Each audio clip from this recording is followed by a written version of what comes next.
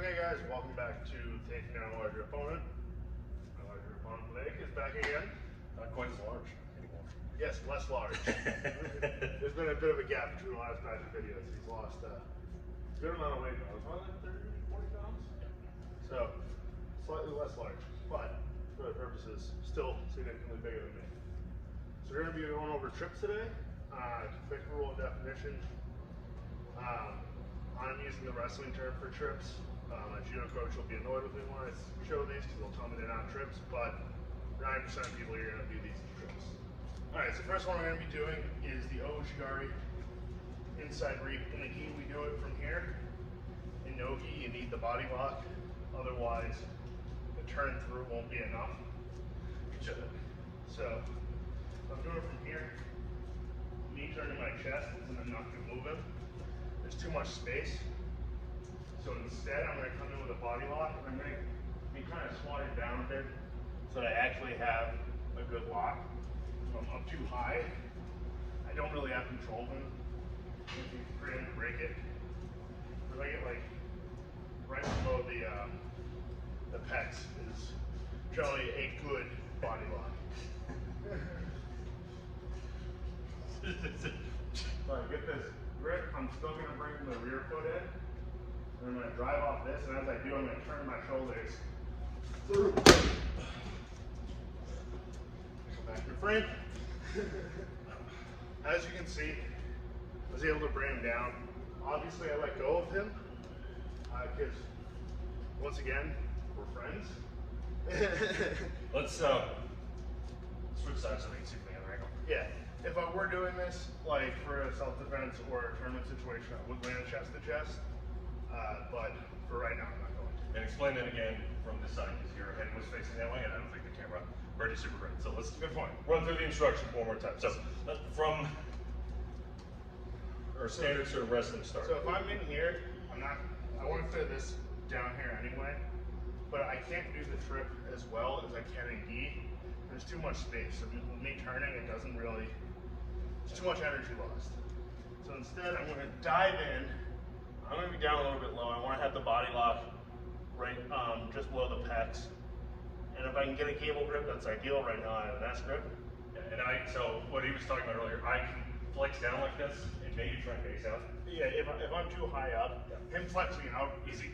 will pop easy, but if I'm lower, Much harder. I can really, if he's, as we always talk about, if he's hanging out there, yeah, I can do it. but But if he's quick, which he's going to be. and that has to do with your lats are bigger up here than they are down here. Yeah. So I get in here, Yeah.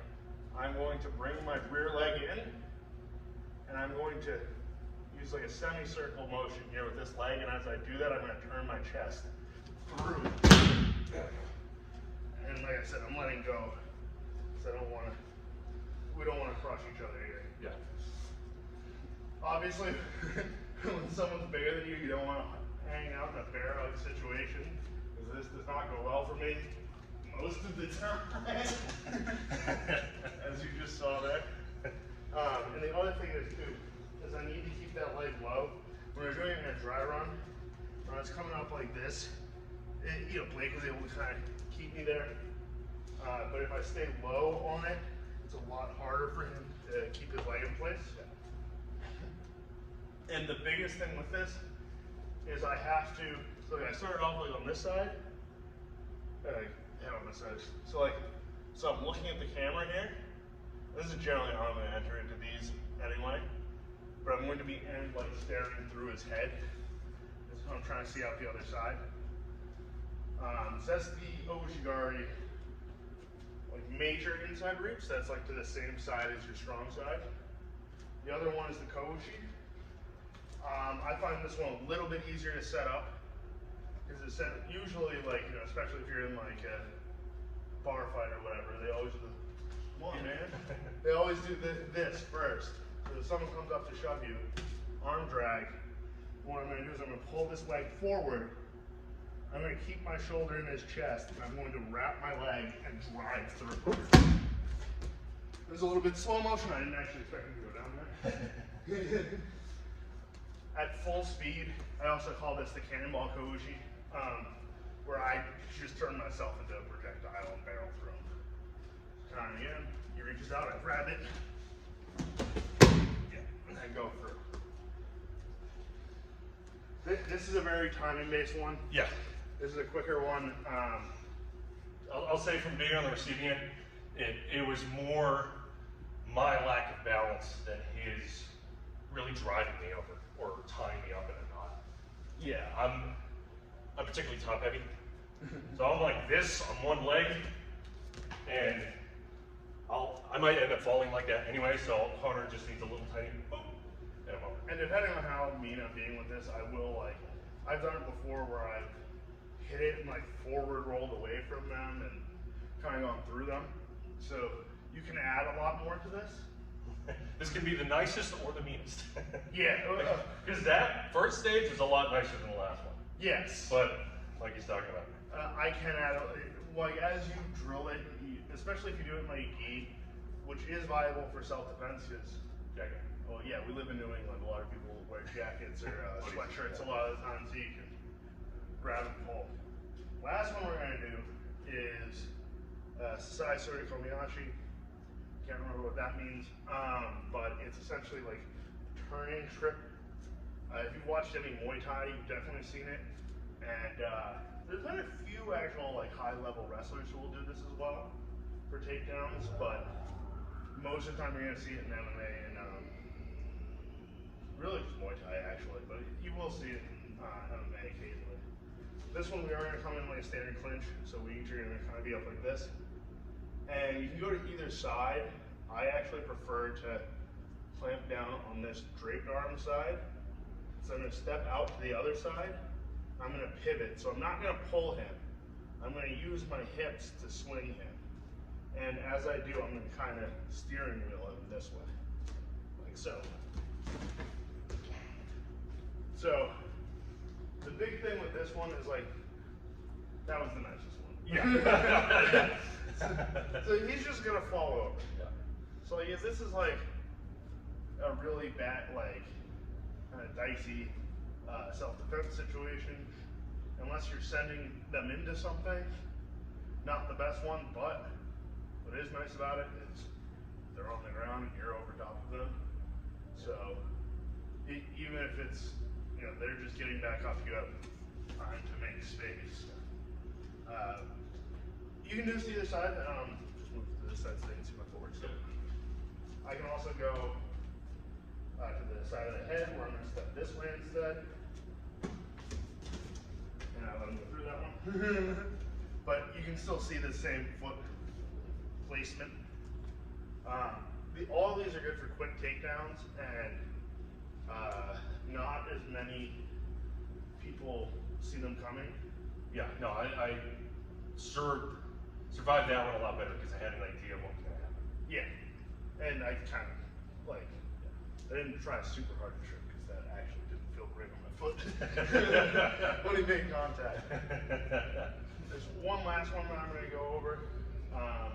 It's kind of in the same body lock vein, which is the Kosotogari, which is the outer wrap. Essentially, I'm going to get wrapped around there. So once again, I'm going to have to dive in to this, wrap, and then I'm just going to kind of up, drive over my knee. Once again, I'm not taking him down on all these because it's a lot of weight to lose control of. Yeah. I'm gonna try and actually bring him around this one. Let's switch to because your head's sort of on the inside of that one. I'm gonna try and bring it around on this one. So I want my head in close to the chest here. Once again, I'm getting the body lock below the pecs here, so he doesn't really have. I'm anchored, even though it looks like he has a head and arm.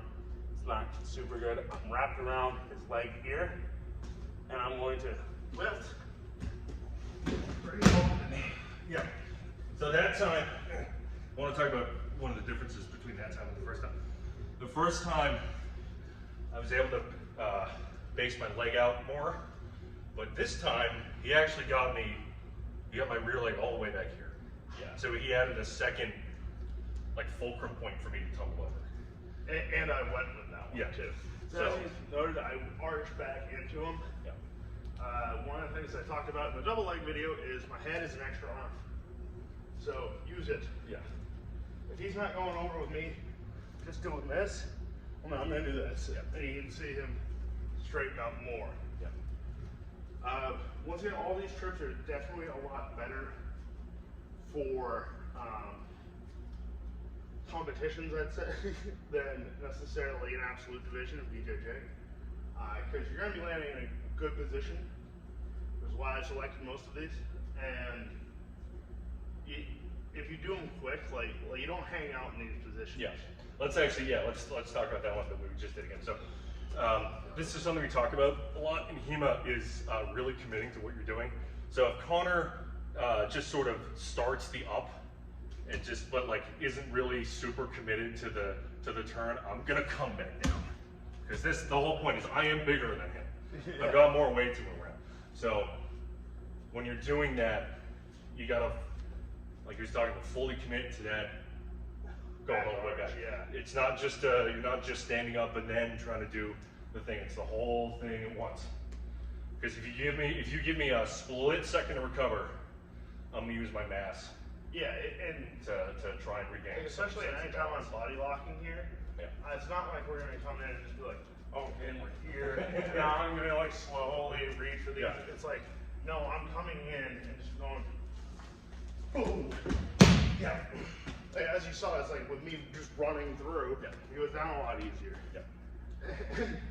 He's semi-resistant these, which is good because it kind of gets across the size matters, unfortunately.